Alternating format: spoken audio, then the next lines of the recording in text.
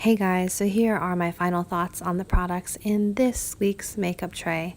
So let's start up here with the Bye Bye Pores Illuminating Powder. It's a very nice subtle powder. I don't really notice much glow. It just doesn't seem quite as matte as the regular Bye Bye Pores pressed powder.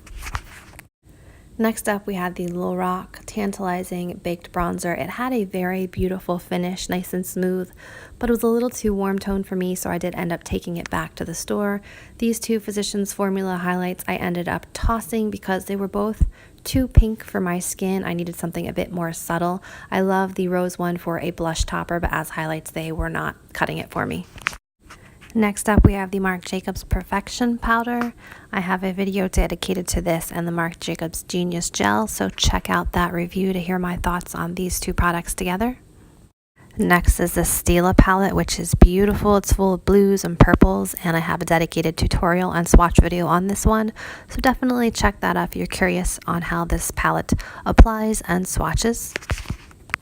Next, we have the Pixi liquid lipsticks. They have a citrusy taste to them, but they're long wearing and they don't settle into lines, so I'd say they're good dupes for the Stila Stay All Day liquid lipstick. The Cosmetics sunscreen is a really great base. It kind of evens out your skin tone before you put any other layers, so it's great by itself or under other products.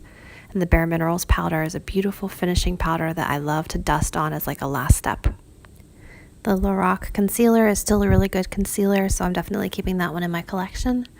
Moving on to the NYX Banana Powder. This is a beautiful brightening powder. It's affordable. It's drugstore. Definitely recommend checking it out if you have not tried it already. Moving on to the MAC nicopanda Gleamer Powder. I feel like this is kind of a waste. It's like a pinky orange white sheen powder, but doesn't really add much color or sheen to the skin, so I would skip this and save your money for probably the MAC holiday options, which are always amazing. Next up, we have the H&M blushes. These are beautiful. They have the very slightest sheen. They're smooth. They go on evenly. I would highly suggest these, especially at this discounted price of $3 a piece. Pick them up when you see them. Next, we have a new full cover foundation from Revlon. I personally didn't care for this one, but I know Tati and other YouTubers seem to enjoy this, so perhaps it just didn't work for me, but this mascara I do really like.